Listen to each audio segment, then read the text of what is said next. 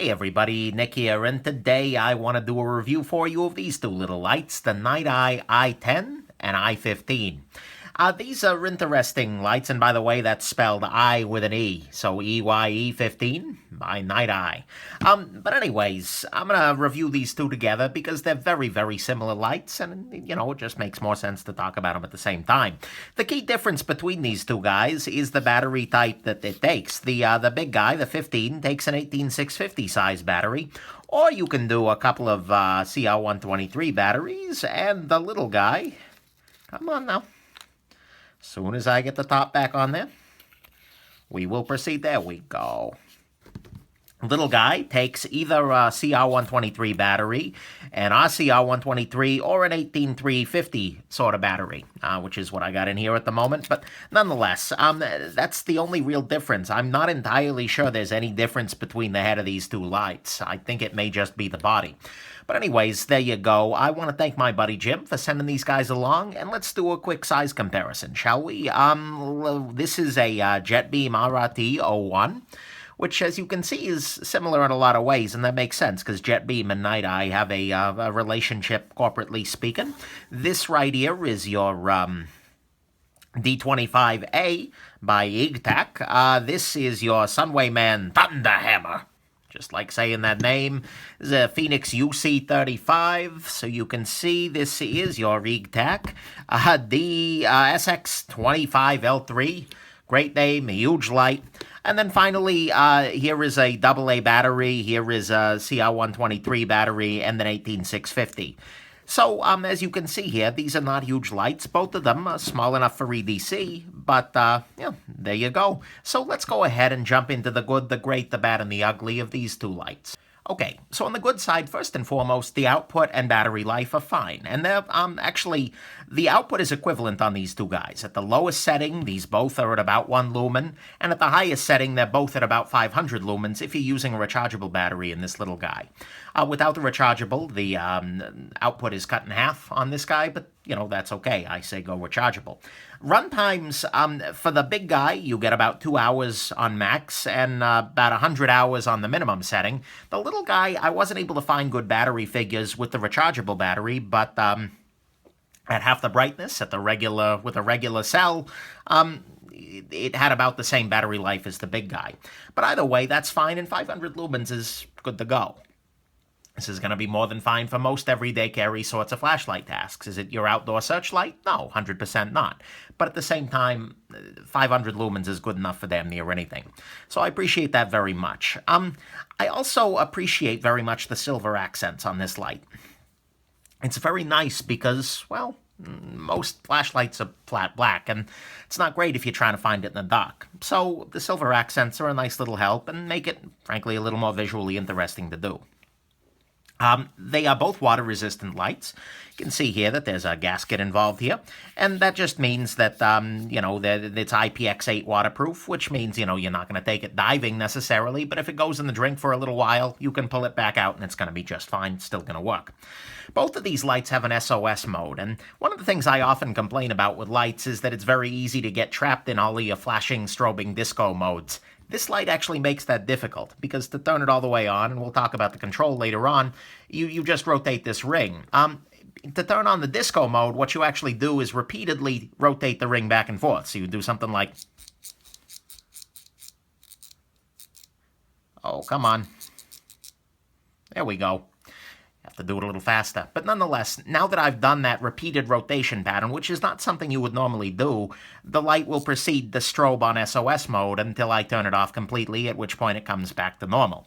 That's easy to do, but it's hard to accidentally do. So I appreciate that very, very much.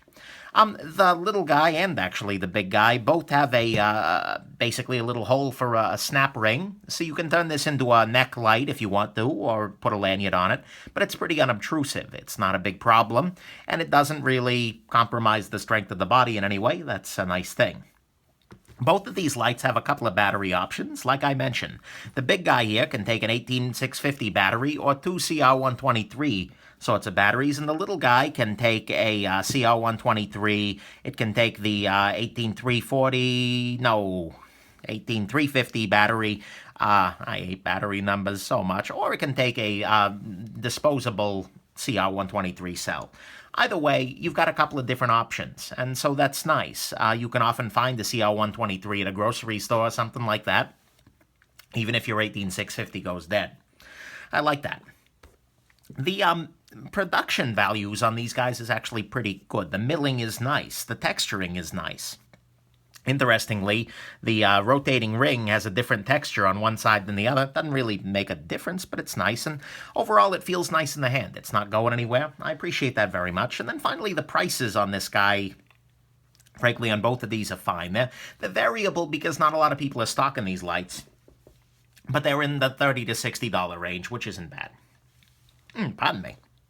So, on the good side, the output is fine, the battery life is fine, and it's usually going to be a little better with a rotary-style light because you're only using the minimum setting required for a given task. They're both plenty bright, they're both water-resistant, they got the nice silver accents, nice milling, texturing, coating, whatever. An SOS mode that's there but hard to accidentally get into, good battery options, and a price that works out. So let's talk a little bit about the great.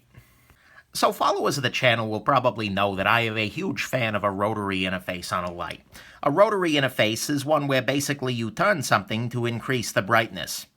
And then when you want to decrease the brightness, you turn it the other way. It's really intuitive, and it's a lot quicker than, for instance, a time-based interface where you have to hold the button down until it gets to the brightness setting, or even a multiple click kind of thing where, okay, if you click it 3 times and then once again, it goes into mode 14, which has... I don't need that. The rotary interface is very nice because to operate the light, you take the light, you point it at what you want brighter, and then you turn it until it's sufficiently bright. Case closed, problem solved. It's a great way to do things. This is a little different than a lot of rotaries in that it is much more discreet. Once you start turning this guy on, you get a bunch of steps. You effectively have 8 different modes that you can go into, going from lowest and continuing to pop up to the edge. So it's not continuous in the same way that like the JetBeam RRT01 or the Sunwayman V11R. It's not that same kind of an affair. It's got those steps to it, and we'll talk about that in a little bit here. But it is a nice interface, and 8 modes is still a lot larger than most of the lights out there in the world. You usually get like low, medium, high, and turbo. This is just a nice interface. The other thing I'll point out is that the clickitude of it, the fact that you do have very, registered detents here, means that this is actually a little harder to accidentally turn on than, say, your Sunwayman, your RRT01 by JetBeam here. This light, for all of its beauty, is occasionally, you can flip it on. This guy takes a little bit more effort to move that ring. So that's what's great about this, is that it's got a rotary interface, which I think is the very best interface out there. And even if it is clicky, it's still a much better range of brightness than most lights. So there you go. Let's talk about the bad.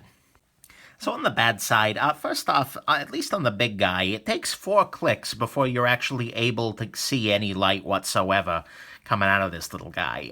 It's not the end of the world, but honestly, I feel like I would have preferred more visible light choices, more gradations in that range, rather than 4 clicks that don't really do anything. The little guy isn't so bad in that way. You get some light immediately, but, it's a little bit frustrating.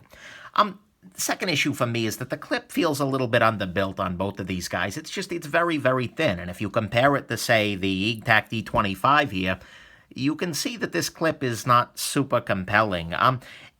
I feel like this could spring very easily. If it does, you can always flip it around and use the light to bend it back. It's not the end of the world, but this feels a little bit underbuilt relative to the rest of the light here. So there you go. These lights are not going to be the brightest lights in the game for the battery sizes. There were brighter CR123 lights out there, and there were brighter 18650 lights. You always pay a price for rotary control, just in terms of size or in terms of brightness. But nonetheless, that's something to keep in mind. And then finally, the lighting coming out of these guys, and it's really odd to show this on camera, but it's a very bluish sort of light. It's not very pretty relative to a more daylighty sort of light, like you get, for instance, from the V11R here. The RRT01. So I much prefer a more neutral sort of tint rather than the bluish tint that they're giving me here. So that's your bad. At least on the big guy, it takes four clicks to get to really any light at all. The clips on these guys feel underbuilt. They're not so bright for the battery size, and the light on them is a little blue.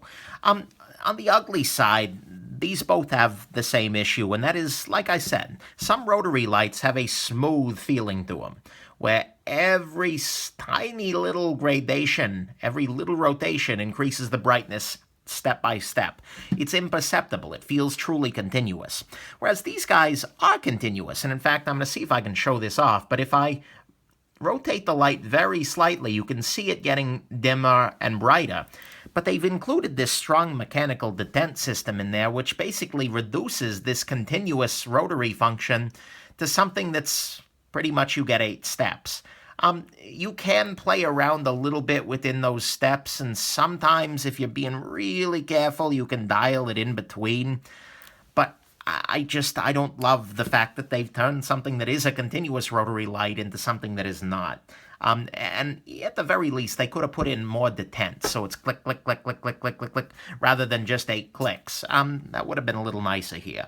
So that's, to me, a little bit ugly. They took something that could be a continuous rotary light, and they made it into an 8-setting light. 8 settings is fine, but it seems like a missed opportunity. Either do more clicks, or just make it not clicky. So there you go. Let's talk conclusion. Look, at the end of the day, these 2 lights are fine. They're not the brightest. They're not the smallest. They don't have the best tint in the world. In fact, they don't have very good tint at all. The interface on them is good as a rotary, but it could be a lot better. They're kind of in the middle of the pack. And, personally, for my EDC, I would go with a light by JetBeam, which is a very similar company. You can see even the clip is identical here. Because this guy has a continuous ring. This guy's been modified to improve the tint, and I prefer this little guy over the Niteye here. But this JetBeam is a little bit harder to find these days. It's been discontinued. An easy-to-find option that I would recommend over these guys is the Sunwayman V11R, which is a different company, but it's a better rotary. It's more continuous. It's a little bit more flexible in that you can run it on AA or 123 batteries, and it's easier to find. So, and the price is about the same, depending on where you're looking. So, these lights, I guess, do I recommend them? I wouldn't seek these lights out, honestly. They're not anything to write home about. But if you're getting one in a trade, for instance, if somebody says, "Oh, I'll throw in a Niteye EYE10, and that's why you're looking at this," then go for it. It's a fine, solid light. But like I said, this is not something I would put on my shopping list following the end of this review. Hope this has been helpful for you, that this review lit up your life, and that you have yourselves a very bright rest of your day. Bye now.